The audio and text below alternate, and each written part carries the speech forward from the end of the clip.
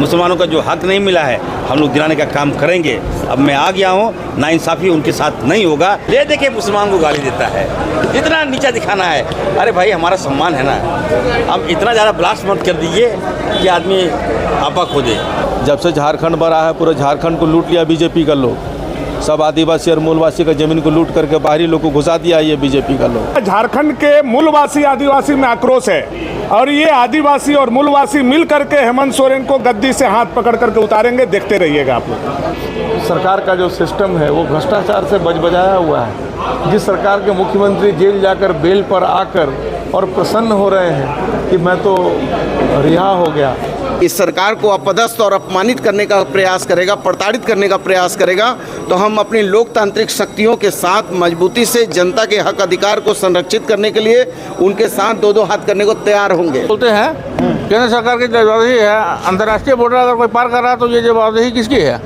ये राज्य सरकार की है क्या?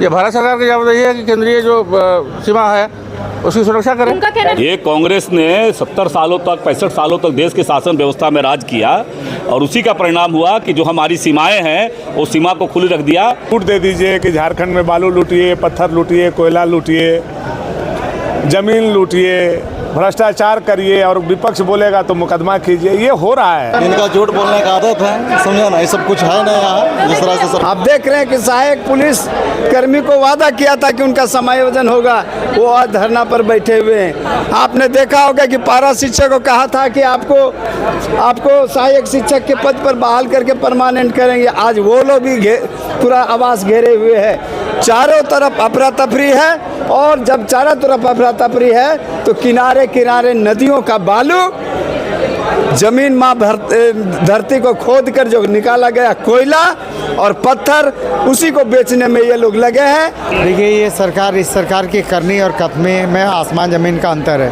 कहती कुछ है, करती कुछ है। आप डाटा ही देख लीजिए कि 5-5 लाख प्रति साल ना बहाली कर नौकरी देनी थी, कितने का दिया है सरकार को स्पष्ट करनी चाहिए। और अभी जो जेटेट का निकला आप उसमें देखिए ना, उसमें लिखा हुआ है कि पूरे भारतवर्ष के लोग उसमें आवेदन कर सकते हैं। तो अभी इस सरकार के लिए तो झारखंड और झारखंड के लोगों के लिए कोई जगह ही नहीं बच गया है। ये दहाड़ने वाले, मंचों पे चढ़ के झारखंड के मूल पर बात करने वाले आज कहाँ गए? क्यों कैमरा से मुँह चुरा रहे हैं? क्यों नहीं स्पष्ट कर पा रहे हैं? ना वो नौकरी की सीमा पूरा कर पा रहे हैं, ना झारखंडियों को नौकरी दे पा रहे हैं। दोनों में ही सरकार विफल रही है। झारखंड के विकास के लिए आप तो बाहरी आदमी हैं, आप आ गए हैं झारखंड। झारखंड के विकास के लिए नई सरकार का फॉर्म हुआ है, गठन हुआ है। कम से कम आप डेवलपमेंट के लिए आप पैसा लाते हैं, इंडस्ट्री के लिए पैसा लाते हैं, कोई कल कारखाने खुलवाते, कुछ एजुकेशन का हब बनाते। इस पर कभी ये लोग बात नहीं करेगा। ले दे के मुसलमान को गाली देता है, इतना नीचा दिखाना है। अरे भाई हमारा सम्मान है ना, अब इतना ज़्यादा ब्लास्ट मत कर दीजिए कि आदमी आपा खो दे। मैं बार बार कहना चाहता हूँ, यहाँ भाई भाई मिलके रहते हैं। बीजेपी वाले लोग सारे घुसपैठिए हैं, ये लोग यहाँ का माहौल खराब कर रहे हैं। अच्छा, भानु प्रताप शाही ने कहा है कि हेमंत सोरेन को गट्टा पकड़कर गद्दी से उतारेंगे। कौन? भानु प्रताप शाही। मैंने कहा ना कि झारखंड में घुसपैठिया का भरमार है। एक और घुसपैठिया आ गया है भानु। बीजेपी के तमाम लोग जो है, आप देखिएगा 90% लोग बाहरी लोग हैं। उनको नहीं मालूम है कि आदिवासी क्या होता है, आदिवासी का सम्मान क्या होता है। अगर एक आदिवासी मुख्यमंत्री मेरा बने हैं तो इतना अनपढ़ हो रहा है इनको। आप गट्टा पकड़ लीजिएगा, बताइए क्या बीतता होगा आदिवासी युवाओं पर? बताइए क्या बीतता होगा उस माँ पर जिसने आदिवासी को जन्म दिया? क्या बाहर के लोग इसे गट्टा पकड़ेगा आदिवासी का? कभी सोच सकते हैं क्या? इस भाषा का प्रयोग भाजपा कर रही है, भानु जी कर रहे हैं। कहाँ से पढ़ के आए हैं आप लोग? कहाँ से घुस गए झारखंड में? आदिवासी होना पाप नहीं है। मैं निश्चित तौर पर मैं कहूँगा आने वाले दिन में देखिएगा, ये आदिवासी समाज को इन लोगों ने गाली दिया है। एक एक आदिवासी, अगर जरा भी आदिवासी में सम्मान होगा, अगर जरा भी नैतिकता होगा और जरा भी अगर अपने आप से प्यार करेगा, कभी भी भाजपा को चढ़ने नहीं देगा, इसका बदला लेगा। हेमंत सोरेन जी का मतलब है आदिवासी समाज, और आपने समाज को गाली दिया। गट्टा पकड़ लीजिए, ठीक है, मार दीजिए। पेशाब मुंह पे पेशाब किया तो मन नहीं भरा और अब गट्टा पकड़ने पे चले आए। इतना हिम्मत हो गया, ठीक है, पकड़ लीजिए गट्टा, लेकिन चुनाव में हम लोग देखेंगे। जमीन आदिवासी का भाजपा वाला लूट रहा है, कोई झारखंडिया लूट रहा है। जब से झारखंड बना है पूरे झारखंड को लूट लिया बीजेपी का लोग। सब आदिवासी और मूलवासी का जमीन को लूट करके बाहरी लोग को घुसा दिया ये बीजेपी का लोग। ये काम कर रहा है बीजेपी। पूरा डेमोग्राफी चेंज हो गई है। कोई डेमोग्राफी चेंज करने वाला बीजेपी का सब लोग है। जितना डेमोग्राफी चेंज हुआ है, सारा डेमोग्राफी चेंज करने वाला सब बीजेपी का लोग है। अंतिम सत्र है, कैसे देखते हैं 5 सालों में क्या था? अंतिम सत्र है, सत्र अच्छा चलेगा। और 5 सालों का जो सत्र रहा है, 5 साल का सरकार का कार्यकाल रहा है, ये सरकार फिर दोबारा आ रहा है। करने में इतना दिन क्यों लगा, ये भी एक सवाल उठता है कि अगर जब चैलेंज ही करना था तो तुरंत चैलेंज करना था। हेमंत सोरेन जी के सीएम बनने के बाद चैलेंज करना, फिर से राज्य को कहीं ना कहीं अधिकारियों को प्रेशर पॉलिटिक्स में धकेल। 5 तारीख में बैठेंगे हम लोग, सारे विषयों पर चर्चा होगी, जो उचित समाधान होगा निकाला जाएगा। क्या कुछ निकाला जाएगा किसी प्रयास तो यही है कि उनकी समस्याएं जो है उनका समाधान निकले, बेहतर निकले। और इसके लिए हमने 5 तारीख की बैठक को रखा है, तो उसमें उनके संघर्ष मोर्चा के लोग आएंगे, सारी बातें होंगी। क्या सत्र में क्या कुछ मुद्दे इस बार जो सरकार के जो नियमित काम है वो सारे कुछ होंगे, और विपक्ष तो यहाँ पर मुद्दा विहीन है, उनके पास बोलने का कुछ है नहीं।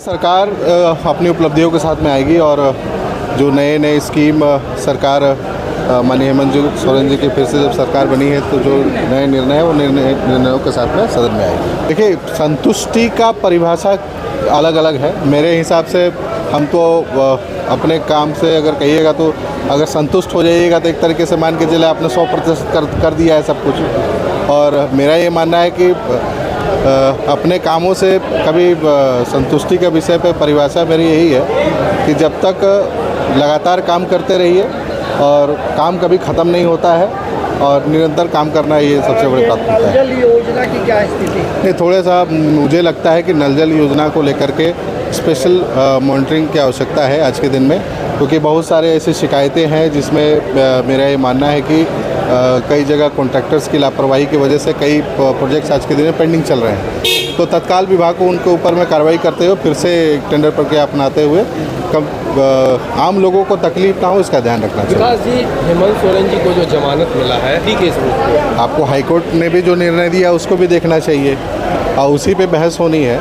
चलिए ठीक है, हर कोई कोर्ट जाने के लिए स्वतंत्र है, कोर्ट जाने के लिए और हायर कोर्ट जाने के लिए कोई किसी को रोक तो सकता नहीं है। तो ठीक है, वो अपना काम करें, वो अपना काम करेंगे। वही तो कहना है ना, जो 1932 के खतियान के बात करने वाले लोग, मूलवासी को 100% नौकरी देने वाले लोग, यहाँ तक कि प्राइवेट में 75% लोगों को, मूलवासी को नौकरी देने की बात करने वाले लोगों के यहाँ 60-40 नहीं 40-60 का जो आज बहाली हुआ है, तो आज झारखंड के मूलवासी आदिवासी में आक्रोश है। और ये आदिवासी और मूलवासी मिल करके हेमंत सोरेन को गद्दी से हाथ पकड़ करके उतारेंगे, देखते रहिएगा आप लोग। 5 साल तो नाउम्मीद से गुजरा है और जिस राज्य सरकार का पूरा सिस्टम ही ठप हो जाए, जहां एक एक कर्मचारी पिछले कई दिनों से अनिश्चितकालीन हड़ताल पर हो, स्ट्राइक पर हो, वहां पे आप उम्मीद की किरण कहीं दिख रही है क्या? कहीं दिख नहीं रही है।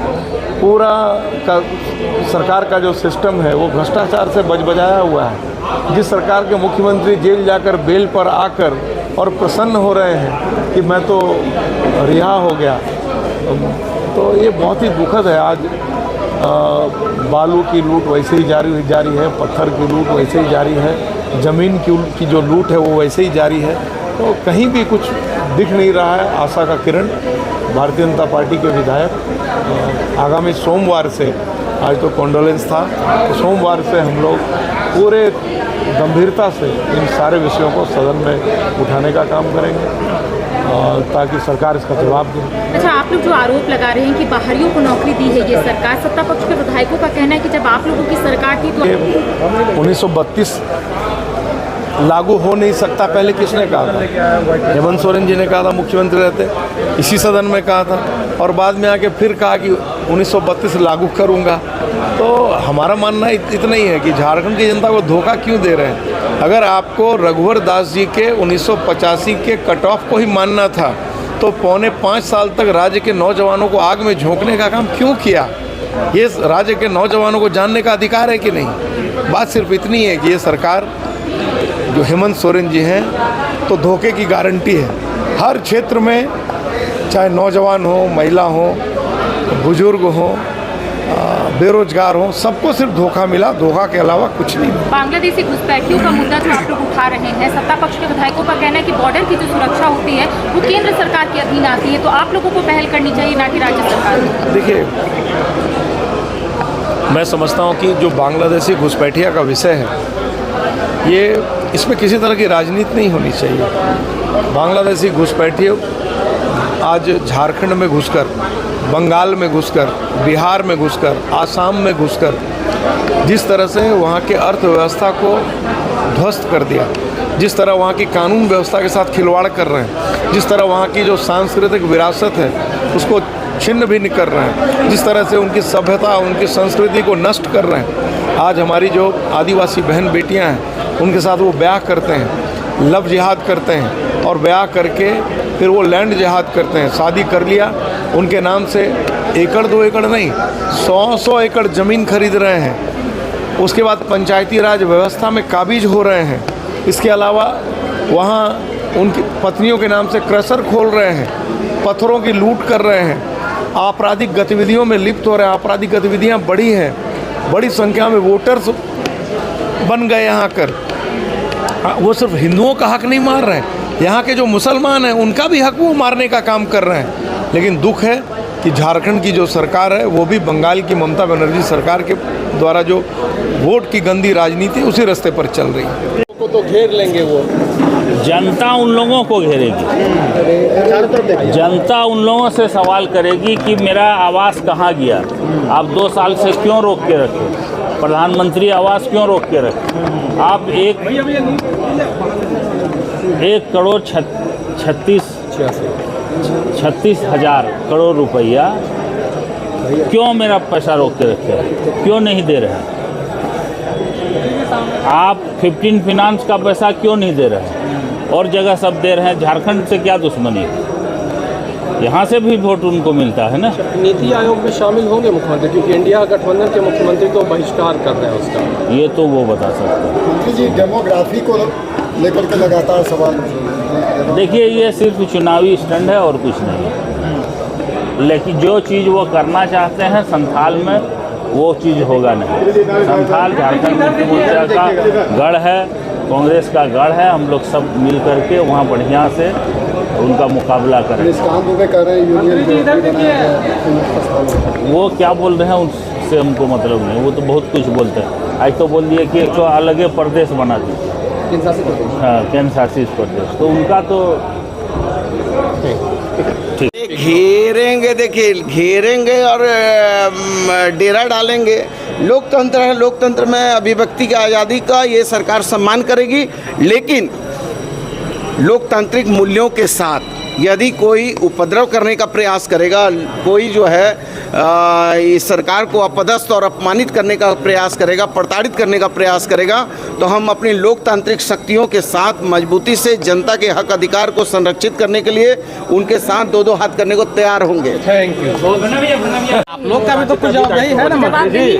नहीं, वो केवल राज्य पर जो बोलते हैं, केंद्र सरकार की जवाबदेही है। अंतर्राष्ट्रीय बॉर्डर अगर कोई पार कर रहा है तो ये जवाबदेही किसकी है? ये राज्य सरकार की है क्या? ये भारत सरकार की जवाबदेही है कि केंद्रीय जो सीमा है उसकी सुरक्षा करें। वोट बैंक की राजनीति के कारण ये चीज़ें झारखंड में ज़्यादा दिखाई दे रही है। लेकिन ये आप कहाँ से रहे, मतलब कहाँ से आ रहे हैं ये लोग? नहीं, ये पूरा रैकेट है। ये नियोजित तरीके से बंगाल में पहले आते हैं, बंगाल में शिफ्ट होते हैं और बंगाल के रास्ते फिर झारखंड में प्रवेश करके ये बदल रहे हैं। मैं आपके माध्यम से मैं वैसे विद्वान ले लीजिए, ये सवाल इस वजह से है कि बीएसएफ के जिम्मे होता है बॉर्डर तो स्टेट, ये कांग्रेस का ही किया हुआ पाप आज भुगत रहा है देश। ये कांग्रेस ने 70 सालों तक 65 सालों तक देश के शासन व्यवस्था में राज किया और उसी का परिणाम हुआ कि जो हमारी सीमाएं हैं वो सीमा को खुली रख दिया।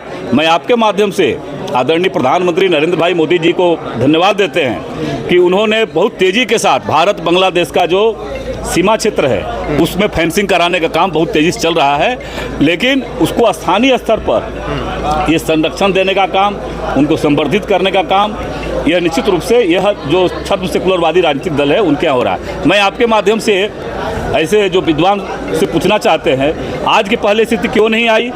पाकुड़ जिले के गोपीमा पर बंगाल के लोग आकर के और हमारे यहाँ के लोगों को खुलेआम घर जला देते हैं, गुंडई करके चले जाते हैं। क्यों इस प्रकार की परिस्थिति आ गई? अभी आपने देखा होगा कि पाकुड़ जिले में ही इलामी गांव में क्या हुआ। तो लगातार घटनाएं घट रही है और इसीलिए इनका मनोबल बढ़ा हुआ है और ये केवल और केवल तुष्टीकरण की राजनीति करने के कारण ऐसा हो पाया। सरकार तो कहती है कि ये मुद्दा नहीं है इनके पास, इस तरह की बांग्लादेशी घुसपैठी मुद्दे यानी झारखंड को धर्मशाला मान करके और बांग्लादेशी घुसपैठियों को बसाते जाओ, मतदाता सूची में नाम बढ़ाते जाओ अपने प्रयासों के द्वारा, और आप कहते हैं कि मुद्दा नहीं है। जल जंगल जमीन जानवर सब कब्जा होते जा रहे हैं, उनके कब्जे में जा रहा है। आखिर कौन घुसपैठियों को कब्जा दे रहा है? रबिका पहाड़ी को टुकड़े टुकड़ों में काट दिया जाता है, एक आदिम जनजाति की बेटी को। इसके पहले संताल परिणाम में क्यों नहीं अतिवादी विचार हुआ? क्यों नहीं इस प्रकार की आज तक की घटनाएं घटी?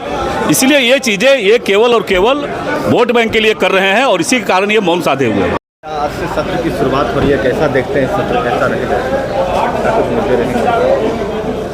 आज का सत्र हमारे झारखंड के लिए और यहाँ के मजदूर, गरीबों, ज़रूरतमंदों, लाचारों के लिए बहुत बढ़िया सत्र है, क्योंकि हम इस सत्र में उनके कई समस्याओं को समाधान करने वाले हैं।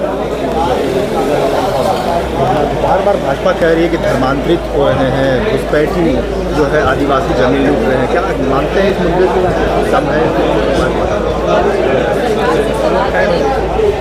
डेमोग्राफी चेंज हो रही है, बार बार कहा जा रहा है। इनका सोच ही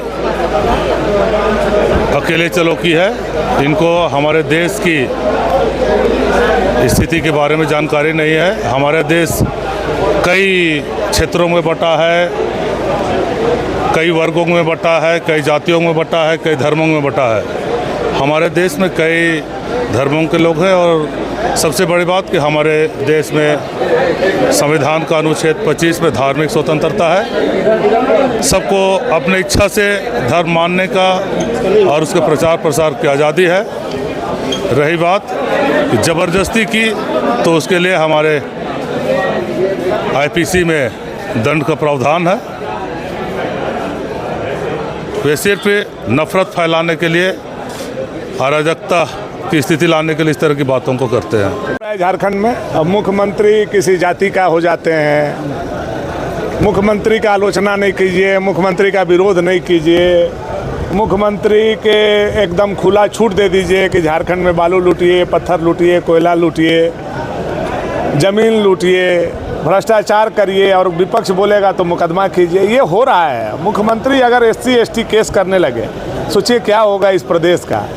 जो राजा हो वो अपने रैयत लोगों पर, अपने आसामी पर अगर केस करे।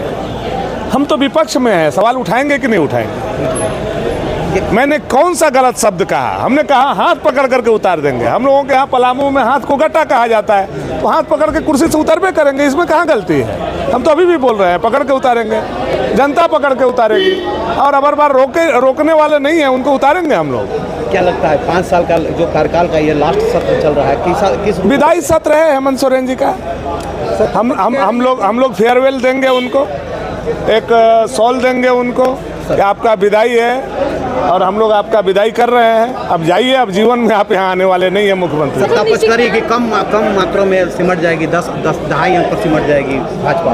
अच्छा, वो तो समय बताएगा सर में कितने बाल हैं। जब बाल मुड़ाया जाएगा तो पता चलेगा। अभी 2 महीना के अंदर पता चल जाएगा उनको। बोल रहे भाजपा के पास मुद्दा नहीं है, धर्मांतरित मुद्दा लाते हैं। बालू 500 रुपए से 5000 रुपया ट्रैक्टर हो गया, मुद्दा है कि नहीं? ब्लॉक में कमीशन 65% हो गया, मुद्दा है कि नहीं? 28 लोगों की बहाली होती है, उसमें 17 लोग बाहरी आ जाते हैं, ये मुद्दा है कि नहीं है? कहाँ है 1932 का खतियान? कहाँ है हेमंत सोरेन का बाहरी भीतरी का नारा? जो बोला एक भी काम नहीं किया, उसका नाम हेमंत सोरेन है। जो बोला, झूठ बोला, ठोक के बोला, उसका नाम हेमंत सोरेन है। यही हेमंत सोरेन की पहचान है। मांग है, अभी हम लोग मानसून सेशन चल रहा है, अभी विभिन्न मांगे आएंगी यहाँ पे और हम लोग अभी विधानसभा हैं, हम लोग बहुत इस तरह के मांगे रखेंगे। हम लोग आप यहाँ पर सुनते रहिए। कैसी तैयारी है इस बार बजट से? तैयारी ठीक ठाक है। आपको दे रहा होगा किस तरीके से ये लोग अब नारेबाजी कर रहे हैं? जरूर सुनाई दे रही है। डेमोग्राफी को लेकर नारेबाजी हो रही है कि डेमोग्राफी बदल रहा है? क्या बदल रहा है? क्या लगता है? के इनका झूठ बोलने का आदत है, समझे ना, ये सब कुछ है ना यहाँ जिस तरह से सर मौजूद है भूषण जी, लगातार देखिए किस तरीके से नारेबाजी की। कि भाजपा के तमाम जो विधायक हैं वह जो है यहाँ पर नारेबाजी, चूँकि आज पहला दिन है और मानसून सत्र के पहले दिन है, आप देखिए तमाम जो विधायक हैं, अमित मंडल, नारायण दास, बिरिंची नारायण और समरी लाल, तमाम विधायक जो है विरोध प्रकट कर रहे हैं। पूरी जनताओं के समस्याओं का निदान नहीं किए, इसलिए पूरी जनता से घिरी हुई है और समस्याओं से भी घिरी हुई है। एजेंडा में जब चुनावी एजेंडा था आपका 5 लाख युवाओं को नौकरी देंगे, नौकरी नहीं तो उसको भत्ता देंगे। उन्होंने कहा था कि जितने भी कर्मचारी हैं अनुबंध पर, दैनिक भोगी कर्मचारी, चाहे स्वास्थ्य कर्मी हो, शिक्षा कर्मी हो, ऐसे लोगों को नौकरी देंगे, समायोजन करेंगे, नियुक्त आपका परमानेंट करेंगे, ये वादा किया था। आप देख रहे होंगे हमारे विधानसभा में किसानों का एक बहुत बड़ा कॉलेज बिरसा कृषि विश्वविद्यालय, आज सैकड़ों लोग वहाँ पर अनुबंध को परमानेंट करने की मांग को लेकर धरना पर बैठे हुए हैं, हड़ताल पर बैठे हैं। आप देख रहे हैं कि सहायक पुलिस कर्मी को वादा किया था कि उनका समायोजन होगा, वो आज धरना पर बैठे हुए हैं। आपने देखा होगा कि पारा शिक्षक को कहा था कि आपको सहायक शिक्षक के पद पर बहाल करके परमानेंट करेंगे, आज वो लोग भी पूरा आवास घेरे हुए हैं। चारों तरफ अफरा तफरी है और जब चारों तरफ अफरा तफरी है तो किनारे किनारे नदियों का बालू, जमीन माँ धरती को खोद कर जो निकाला गया कोयला और पत्थर, उसी को बेचने में ये लोग लगे हैं। और उसके साथ साथ अभी चुनावी वर्ष है, थैली भरने के लिए ये लोग अधिकारियों का ट्रांसफर पोस्टिंग में लगे हुए हैं। मैम तो कहते हैं आप लोग का मुद्दा ही नहीं है, इसलिए आप लोग क्या मुद्दा नहीं है कि आपने कहा था 5 लाख रुपये नौकरी देंगे, ये मुद्दा नहीं है? क्या यह मुद्दा नहीं है कि आपने कहा था समायोजन करेंगे कर्मचारियों को? क्या यह मुद्दा नहीं है? क्या यह मुद्दा नहीं है कि हम लॉ एंड ऑर्डर झारखंड का अच्छा बना के रखेंगे? आज उग्रवादी लोग देखे होंगे हमारे विधानसभा क्षेत्र में पुल बन रहा था मखलूसकीगंज में, भोला वहाँ मार दिया उसको, भूपेंद्र यादव को गोली और हत्या कर दिया गया। आप देखे होंगे यहाँ भी कई लोगों पर गोलियाँ चली, हमारे पूर्व पार्षद थे इस क्षेत्र के ही, उन पर गोली चली। तो इस तरह से लॉ एंड ऑर्डर का बात है, खत्म, मुद्दा नहीं है। अरे लोग को शर्म नहीं है, मुद्दा तो है ही लेकिन शर्म नहीं है। जो सेकंड आपका समय है उसमें झारखंड में जो सुखाड़ की स्थिति उत्पन्न हुई है, यहाँ पर जो युवाओं में आक्रोश है, नौकरी नहीं मिल रही है, लोग पलायन कर रहे हैं, सुखाड़ की स्थिति बनी हुई है, इन सारे विषयों को लेकर विशेष चर्चा कराई जाए। तो निश्चित रूप से बात हुई है कि हम लोग कार्य मंत्रणा समिति की बैठक में इस पर तय करेंगे, तो उम्मीद करते हैं कि इन सारे विषयों पर बात हो। दादा, नौकरियों को लेकर इस तरह की सरकार एक तरफ दावा कर रही है, नौकरियां दे रही है, लेकिन जो नौकरियां दी जा रही है उसमें बाहरी राज्यों के लोग हैं। आप लोग जो है स्थानीय नीति 32 की बात करते हैं, कैसे देखते हैं सरकार की? देखिए, ये सरकार, इस सरकार की करनी और कथनी में आसमान ज़मीन का अंतर है। कहती कुछ है, करती कुछ है। आप डाटा ही देख लीजिए कि 5-5 लाख प्रति साल ना बहाली कर नौकरी देनी थी, कितने का दिया है, सरकार को स्पष्ट करनी चाहिए। और अभी जो जेटेट का निकला, आप उसमें देखिए ना, उसमें लिखा हुआ है कि पूरे भारतवर्ष के लोग उसमें आवेदन कर सकते हैं। तो अभी इस सरकार के लिए तो झारखंड और झारखंड के लोगों के लिए कोई जगह ही नहीं बच गया है। ये पूरा दरवाज़ा खोल रही है कि राज्य के बाहर के लोग ज़्यादा से ज़्यादा यहाँ पर आएँ, नौकरी लें और नौकरी लेके काम के यहाँ नौकरी करें। दादा, आपको अपोजिशन जो है अभी एक आपके लिए जेबी केसेस कल वो खुली चुनौती दी है क्या? 2 बार लंबोदर हुआ तो बोल रही है बात कि गोमिया से मेरे खिलाफ जयराम तो चुनाव लड़े तो हम दावेदारी जो है चुनाव लड़ने की वहाँ करते हैं। देखिए, ये लोकतंत्र है और लोकतंत्र में हर व्यक्ति को चुनाव लड़ने की आज़ादी, कोई भी व्यक्ति कहीं से चुनाव लड़ सकता है। तो सबका स्वागत है, चुनाव आवे, लड़े, जीते, सबका स्वागत है। देखिए, देवघर में जो श्रावणी मेला है उस पर निश्चित रूप से सरकार की जो दिशा रहती है, प्रशासन की जो सोच रहती है और स्थानीय लोग जो एक उत्सव के रूप में उस मेले को लेते हैं, और जितनी भी स्वयंसेवी संस्थान है, सारे लोग, संगठन के लोग उस मेले को एक आयाम देने का काम करते हैं और सकारात्मक भाव से काम करते हैं। हमारा ऐसा मानना है कि देवघर श्रावणी मेला जो राजकीय मेला है, हम सरकार से भी मांग करते हैं, क्योंकि मेला प्राधिकार का गठन हो गया है, उसको राष्ट्रीय मेला का दर्जा दिया जाए ताकि केंद्र सरकार और राज्य सरकार की नज़रें इनायत वहाँ पर रहें। विधानसभा में उठाएंगे इस मौके? निश्चित रूप से कई बार उठा भी है और उठाएंगे भी। आपको पता है कि देवघर में मेला प्राधिकार का गठन जो हुआ वो हमारे प्रयास से हुआ, सरदार पंडा की ताजपोशी हमारे प्रयास से हुआ। अभी श्रावणी मेला के दिन हमने कहा कि बाबा बैद्यनाथ की धरती है, यहाँ रुद्राक्ष और बेलपत्र का उद्यान लगे, इस पर मैंने पहल किया। कई ऐसे बाबा बैद्यनाथ संस्कृत विश्वविद्यालय पूर्ववर्ती सरकार ने ध्वनि मत से पारित किया है, हम ध्यानाकर्षण में उसको आज भी डाले हैं।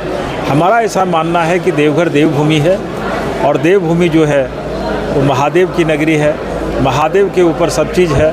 हम लोग सभी लगे हुए हैं मेला को साकार करने के लिए। अंतिम दर्शन है इस सरकार के, वर्तमान सरकार के, और अप्रोच आप पर बड़ा स्पष्ट है कि अब वो समय नहीं रहा अप्रोच करने का या सरकार से कुछ मांगने का या सरकार से उम्मीद, वो समय पार हो चुका है। अब केवल जो शेष समय है कोशिश होगी कि जन मुद्दों में और बेहतर मुखर होकर पब्लिक के इश्यूज जो आज चिंतनीय हैं उन्हें रखा जाए। दादा जिस तरीके से